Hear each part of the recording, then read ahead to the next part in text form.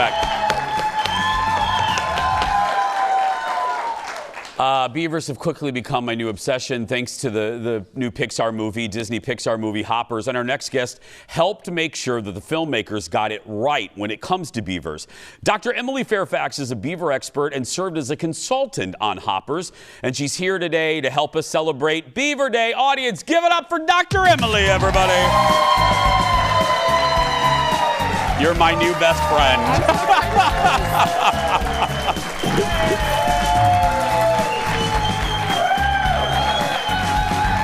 Oh, Doctor.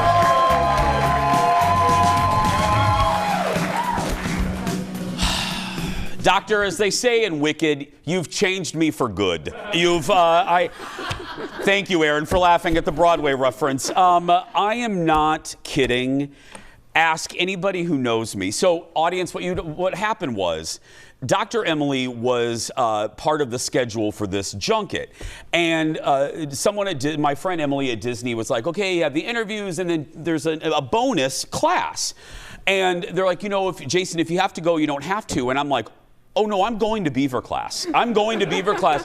And you would have thought, like, I don't know, there were piles of gold in that room because I was so fascinated by the subject. You really did. So I want to start with a compliment. You really did make me appreciate and love the beaver, the animal. And that's why I immediately said to you, I'm like, you're coming on my show. You're coming, yeah. Let me, yeah, absolutely. So how did this happen, Dr. Emily? How did they find you? I actually got a cold email from them in 2021. I had just given a webinar talk on Zoom, and it was all about beavers, and the organizer of that webinar was like, hey, are there a couple Pixar people in the audience? And I was like, oh, okay, cool, sure. And then a few months later, there was an email in my inbox saying, hey, could you maybe give a talk to Pixar about beavers? And that's how it happened? Yeah. Okay, so and you're based at the University of Minnesota, right? I am, yes. Okay, so what's your official title? So I'm an assistant professor of geography, environment, and society at the University of Minnesota. Boom! There we go, yeah. So when you help, okay, so we just did the math. So this is a multi-year process. So give us one of your favorite memories when you consult on a movie with Disney Pixar like this. What does that mean? What do you do? I gave a lot of talks to big groups of people. I talked to folks one-on-one. I reviewed the movie in its early forms and pointed out if things were accurate or inaccurate. But the coolest part was definitely taking the art team into the field, putting them in waders, dragging them through the beaver ponds, almost losing them to a moose in a lightning storm, and not getting fired. The good people of Disney. What do you remember from your recollection? What were they surprised about? Okay, because I don't want to phrase it as what story points did they have that was wrong? What surprised them about the beaver that you educated them about? They were really surprised by just how many other animals were living in the beaver wetlands. We talked about them being hotspots of biodiversity, and they were like, sure, there's lots of things. But when we went out into the field and saw it firsthand, they were constantly like sitting down by a stump to look at some bug, or pushing the mud away to look at a little salamander, or taking photos of every single bird. It was the slowest field work I've ever done for that reason. Yeah. But they were really impressed by it. Like, I think they really understood in that moment what it means to be a keystone species. And they are. If you guys don't know that, beavers are a keystone species. Why specifically? Because beavers and people are the only things that can make wetlands, and wetlands are probably our most sensitive and valuable habitat types. So when you have a beaver going out and making a wetland, that is home for so many other things. Dr. Emily, it's not that I'm not listening to you, but the beaver video's on, and I'm just kind of staring at my new favorite animal. Oh, yeah. He's beautiful. Oh, my God. Is that a friend of yours? They're all my friends. Of course they are. How big is that? How big do they get, Doctor? So that one is probably sitting around 50 pounds, so a mid-sized beaver. An adult can be anywhere from 40 to 110 pounds. That's a mid-size? Yeah. That's a sedan? Yeah, that's the sedan of beavers. Yeah. That is not the pickup truck. Oh, okay. Then the biggest can be how big? 110. Oh, my goodness. Oh my, okay, back to the movie real quick, and then the next segment, it's just, because I want everyone, I know you're probably laughing, like why, you're dedicating an hour to the beaver.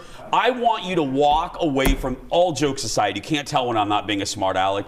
I want all of you watching to walk away with the appreciation, the true appreciation for this animal that I walked away with after just 15 minutes of being with you. But back to the movie, did they name a character after you? They did. So the professor in the movie is Dr. Samantha E. Fairfax, and the E does stand for Emily. You can look it up on the wiki. Really? Yeah. What did you do when Daniel and the team told you? Daniel's the director, everybody. I was so thrilled, and I thought, oh my gosh, this is cool. It's even a professor. Like, it's so much of me. And then right after that, they were like, can we also have your notes for your classes? We'd like to put them on the blackboard. So it wasn't just named after me. There's echoes of me in that character. I love that. We're going to take a break. More with Dr. Emily Fairfax when we come back. Back in a moment, everybody. That is great. I'm connecting the dots now. I remember that. Welcome back, everyone. Dr. Emily Fairfax is my guest. It's Beaver Day.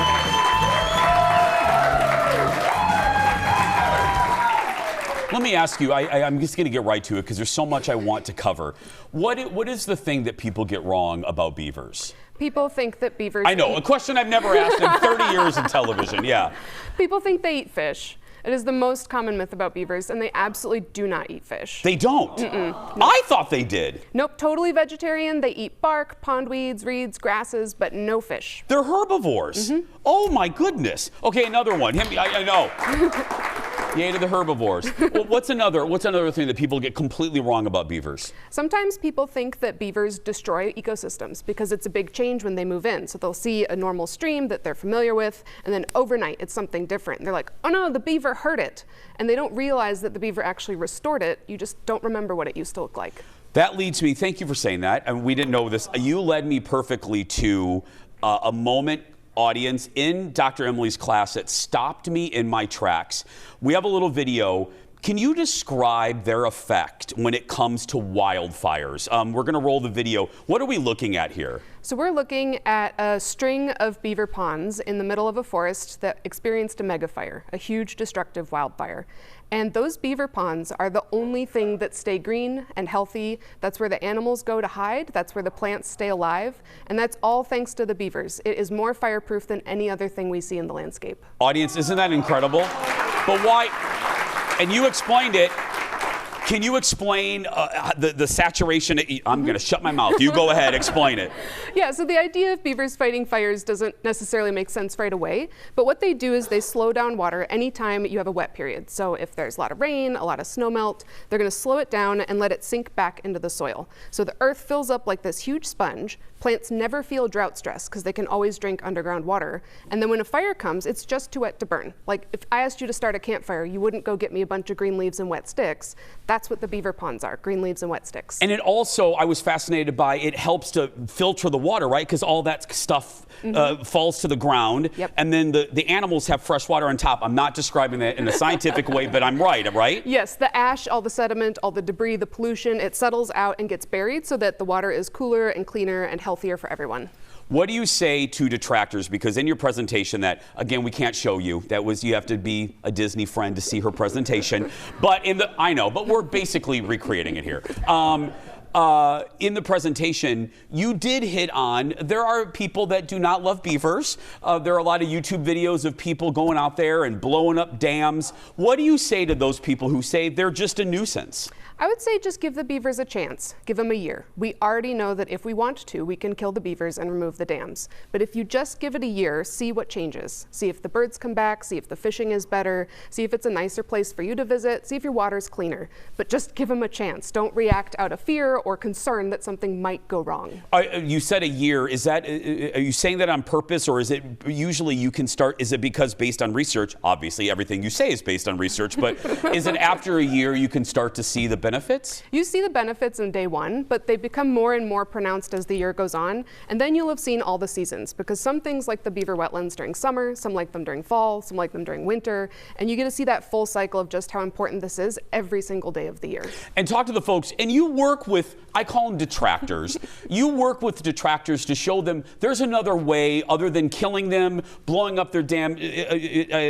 I've been calling it your relocation plan. Can you tell the folks about that? Yeah, so what we would prefer to have happen when there's conflicts is instead of just killing the beavers, you first maybe put a fence around what you don't want them to dam. We actually do have engineering brains ourselves and we can thwart the beavers.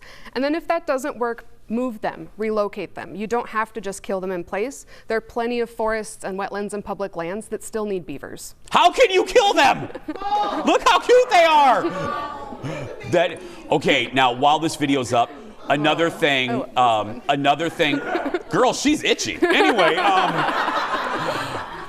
can you talk about, this was another fun fact, they have very, very distinct personalities, do they not? They do, and every single beaver is going to be a little bit different. So I have been in the field and have seen beavers that are very sweet and they want to come investigate what I'm doing and they're not slapping their tails, they're being peaceful. And then there are beavers that'll sneak up behind me and they will stare me down and they'll go back and forth and slap and they're like, get out. I'll see them wrestling with each other. Little bitchy beavers. They can be. Yeah, they really can be. And yeah, everyone is their own. It's totally fine. We have one on the staff. It's Jeff. Yeah. He slapped. But Dr. Emily, Jeff doesn't slap his tail. He goes like this to rat me, like he's doing right now.